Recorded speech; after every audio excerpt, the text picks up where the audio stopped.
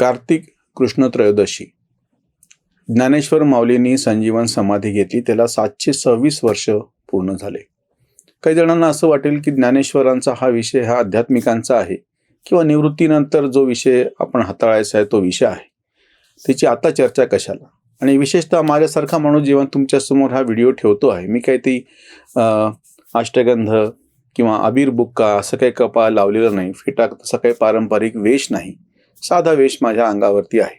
आपल्याकडे वारकऱ्यांचा वेश म्हणल्याच्या नंतर एक जी डोळ्यापुढे संकल्पना होती, मला उलट मुद्दा मांडायचा तो हाच आहे. ज्ञानेश्वर ही जी काही एक अप्रतिम अशी गोष्ट आहे, ती काही फक्त निवृत्तीनंतरची आणि अध्यात्मापुरती गोष्ट नाही. ज्ञानेश्वरांनी संजीवन समाधी घेतली, पण त्या समाधीपासून इतक्या वर्षापासून आपल्याला प्रेरणा मिळते आहे. ती काही फक्त आध्यात्मिक जीवन जगण्यासाठी आहे, निवृत्तीनंतरचं जीवन जगण्यासाठी आहे असं नाही. एक सगळ्यात मोठा ज्याला बदल, ट्रान्सफॉर्मेशन म्हणतो नवीन पिढीच्या भाषेमध्ये, जो घडून आला तो असा की त्याच्या पूर्वी ज्ञानेश्वरांच्या पूर्व काळामध्ये तपश्चर्या करणे ही फार खडतर अशी गोष्ट होती. देवाचं भजन पूजन कीर्तन करणे ही संकल्पना फारशी नव्हती, ज्याला भक्ती मार्ग आपण म्हणतो. ज्ञानेश्वरांनी आणि नंतर पुढे सगळ्या संतांनी अतिशय सुटसुटीत पद्धतीनं वारकरी संप्रदाय ज्या पद्धतीने सोपा केला, तुका म्हणे सोपी केली पाय वाट, हे नंतर जे पुढे तुकारामांनी म्हटलेले त्याची सुरुवात इथून झालेली आहे. संत नामदेव महाराज जे सगळ्यात वयानं ज्येष्ठ होते, त्यांना ज्ञानेश्वरांची ही प्रतिभा लक्षात आली किंवा ह्या संतांच्या हातून फार मोठं कार्य घडणार आहे ही गोष्ट तेव्हा त्यांच्या लक्षात आली, आपल्यापेक्षा लहान असलेल्या ह्या मुलाच्या प्रतिभा ओळखून.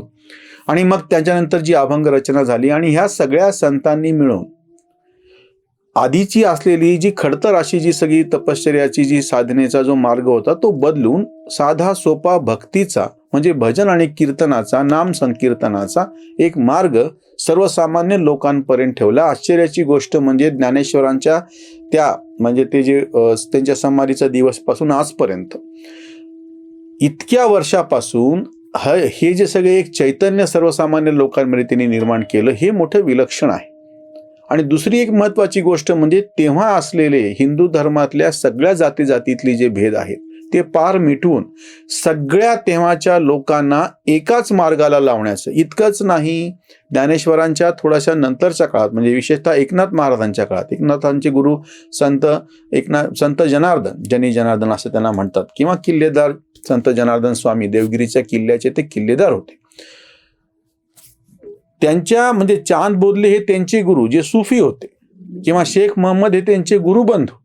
म्हणजे ज्ञानेश्वरांपासून संत नामदेवांपासून सुरू झालेल्या ह्या परंपरेमध्ये हे सगळे मुस्लिम संत सुद्धा समाविष्ट झाले. हा एक मोठा प्रवाह, विस्तृत असा प्रवाह तयार झाला.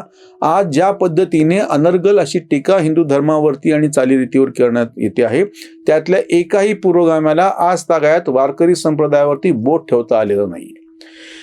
जे सगळे कर्मकांडावरती, चातुर्वर्ण्याच्या संदर्भात, मनुस्मृती, ब्राह्मणी धर्म, असंख्य पद्धतीनं जी सगळी बडबड केली जाते, त्याच्यातला खरा खोटला सगळा भाग बाजूला ठेवूयात आपण.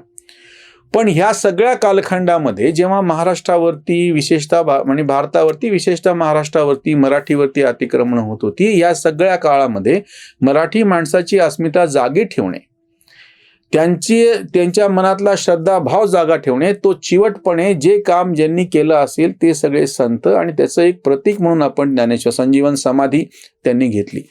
मी संत वाङ्मयातले तुम्हाला दाखले देत नाही. मला जो वेगळा मुद्दा मांडायचा आहे की आधुनिक काळातले कवी आणि त्यांच्या प्रतिक्रिया कशा, तिचं प्रातिनिधिक स्वरूपामध्ये म्हणून अरुण कोलटकर हे जे साठोत्तरी अतिशय महत्वाचे कवी आहेत, त्यांनी ज्ञानेश्वर समाधीचं वर्णन जे अप्रतिमरित्या केलेलं आहे. म्हणून तो मी वेगळा मुद्दा मांडतो आहे की आधुनिक काळातल्या लोकांना हे जे सगळं संत वाङ्मय, वारकरी संप्रदाय आणि हे कसं वाटले त्याचं एक प्रतिनिधित्व आहे. अरुण कोलटकरांची ती कविता आहे. स्वच्छ निळसर रिकामे अंबर, नारद तुंबर आभ्रविरे. स्वच्छ निळसर रिकामे अंबर, नारद तुंबर आभ्रविरे, कधी केले होते गंधर्वांनी खळे, स्वतःशीच खेळे चंद्रबिंब. कधी केले होते गंधर्वांनी खळे, स्वतःशीच खेळे चंद्रबिंब, पांगले अवघ्या वैष्णवांचे भार, ओसरला ज्वर मृदुंगाचा. मंदावली वीणा विसावले टाळ, मंदावली विणा विसावले टाळ, परतून गोपाळ घरी गेले. स्थिरावला हार वाळली पाकळी, स्थिरावला हार वाळली पाकळी, गुंतली फासळी निर्माल्यात. ही अतिशय अप्रतिम अशी रचना कोलटकरांनी त्या प्रसंगावरती केलेली आहे. ज्ञानेश्वरांच्या समाधीचं वर्णन, ज्याला 726 वर्ष काल पूर्ण झाली.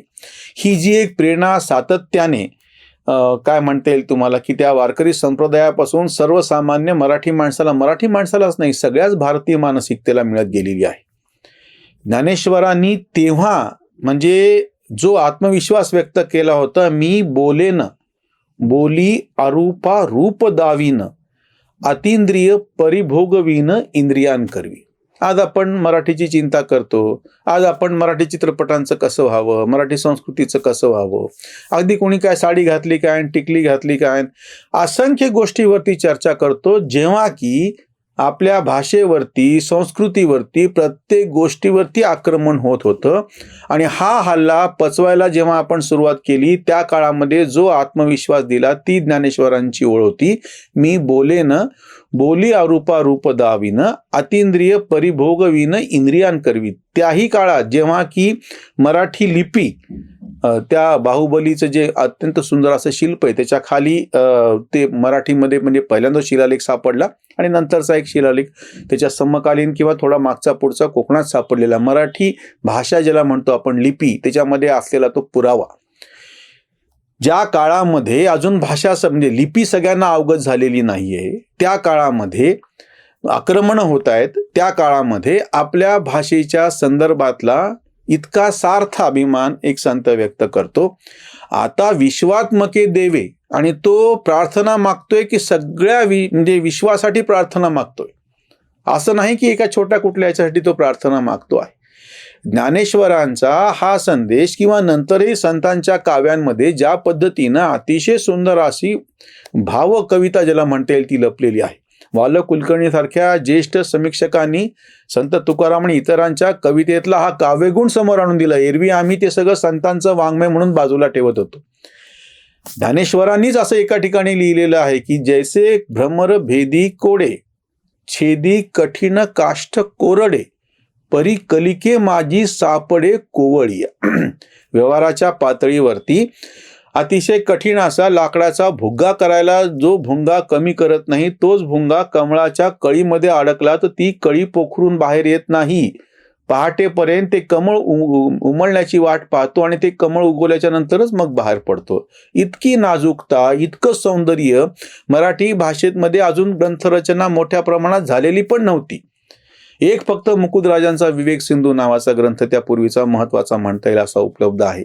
त्या काळामध्ये इतक्या सुंदर पद्धतीने ज्ञानेश्वरांनी आपल्या भाषेबद्दल लिहिलं. आणि आता आपण जी चिंता ज्या पद्धतीनं व्यक्त करतोय, म्हणजे ही नकारात्मकता कुठून आली? आज ज्ञानेश्वर समाधीच्या पासूनची एक प्रेरणा घ्यायचं जर असं असेल, जे काही असेल, तर आपल्याकडं जे काही आहे त्याचा सार्थ अभिमान किमान आपण बाळगला पाहिजे, एवढीच अपेक्षा. त्याच्यावरची ही उसंत वाणी. बापा ज्ञानेश्वरा तुझे पुण्य किती, आमुचीही मती शुद्ध केली. भक्ती मार्गाची तू केली वही वाट, श्रद्धेचा हा माठ भरलेला. जाती पातीला तू गेला उल्लंघून, गुंतलो अजून आम्ही इथे. पाहिलास तुगा विश्वधर्म सूर्य, आम्ही हतवीर्य जीवनात. प्रेमे तू भक्तीची गायली अंगाई, माऊली तू आई झाला बापा. तुवा एक केले साधे भोळे भक्त, ज्ञानेश्वरी सुक्त दिले हाती. तुवा एक केले साधे भोळे भक्त, ज्ञानेश्वरी सुक्त दिले हाती.